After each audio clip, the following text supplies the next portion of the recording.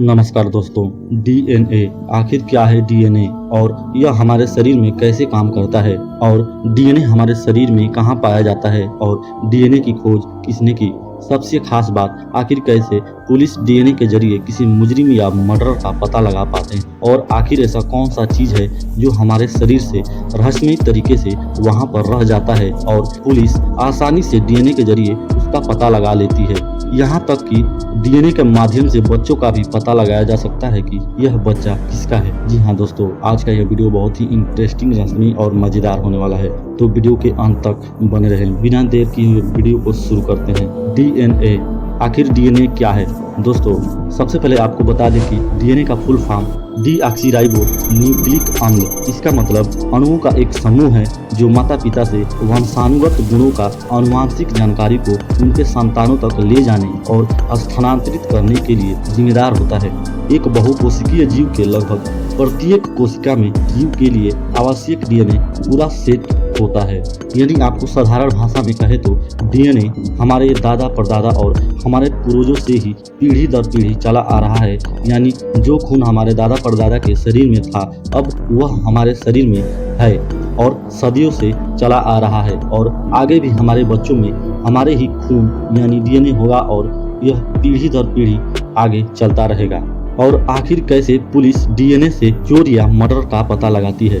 तो दोस्तों, चोरी या मर्डर करते समय चोर या मर्डरर के शरीर से ऐसा कोई भी अंग जैसे कि बाल, फिंगरप्रिंट या उसके पसीने या उसके शरीर से ऐसा कोई भी सबूत मिल जाता है तो फोरेंसिक लैब में भेजकर डीएनए के जरिए उस शख्स का पता लगा लिया जाता है। सबसे खास बात, हमारे शरीर में डीएनए वास्तव में कहाँ पाया जाता है? डीएनए और आरएनए के बीच सबसे बड़ा अंतर क्या है? डीएनए शरीर के प्रत्येक कोशिका में पाया जाता है। डीएनए और आरएनए के बीच कुछ प्रमुख अंतर भी है। डीएनए मानव शरीर की प्रत्येक कोशिका के केंद्र में पाया जाता है। इसे कोशिका के आधार पर अलग अलग तरीके से व्यक्त किया जा सकता है, लेकिन आपके शरीर की प्रत्येक कोशिका में एक ही डीएनए पाया जाता है। इस नियम का एकमात्र अपवाद यह है कि एक्स कोशिकाएं या युग्मक अलग अलग होते हैं। ये प्रजनन में शामिल कोशिकाएं होते हैं।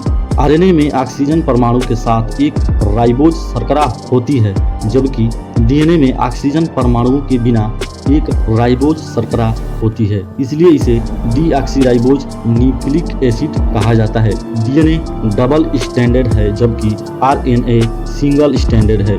न्यूक्लिक आधार भी भिन्न होता है।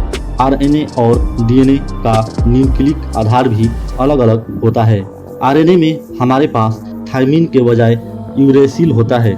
कार्यात्मक रूप से डीएनए आनुवांशिक जानकारी का सबूत होता है और नाभिक में संग्रहित होता है, जबकि आरएनए कई भूमिकाएं निभाता है और नाभिक के बाहर संचालित होता है।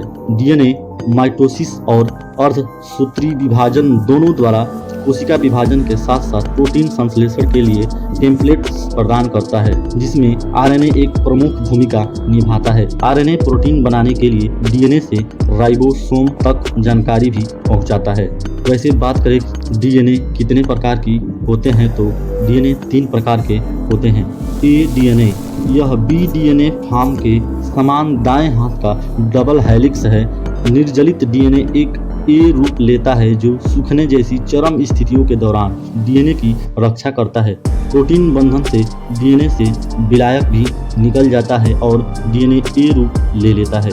बी डीएनए, यह सबसे आम डीएनए संरचना है और दाएं हाथ का हेलिक्स है।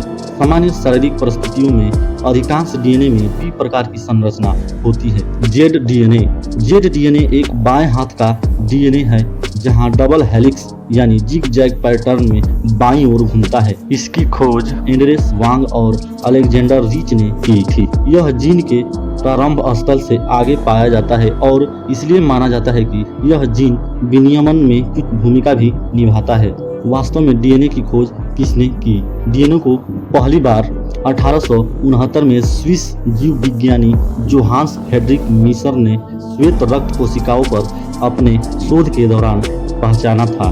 डीएनए अणु की डबल हेलिक्स संरचना की खोज बाद में जेम्स वाटसन और फ्रांसिस क्रिक द्वारा प्रयोगात्मक डेटा के माध्यम से की गई थी। अंत में यह साबित हो गया कि डीएनए जीवित जीवों में आनुवंशिक जानकारी संग्रहित करने के लिए जिम्मेदार है, यानी कि ये पीढ़ी दर पीढ़ी शरीर में ट्रांसफर होता रहता है। तो दोस्तों, आज का ये वीडियो आपको कैसा लगा? अगर वीडियो पसंद आए तो इस वीडियो को लाइक करें, चैनल को सब्सक्राइब करना न भूलें। साथ ही अगर आपको डीएनए के बारे में ज़्यादा जानकारी हो तो इस वीडियो के कमेंट बॉक्स में अपना अनुभव जरूर शेयर करें। मिलते हैं ऐसे ही साइंस एंड टेक्नोलॉजी से रिलेटेड अगले इंटरेस्टिंग और रोमांचक वीडियो में। तब तक के लिए धन्यवाद।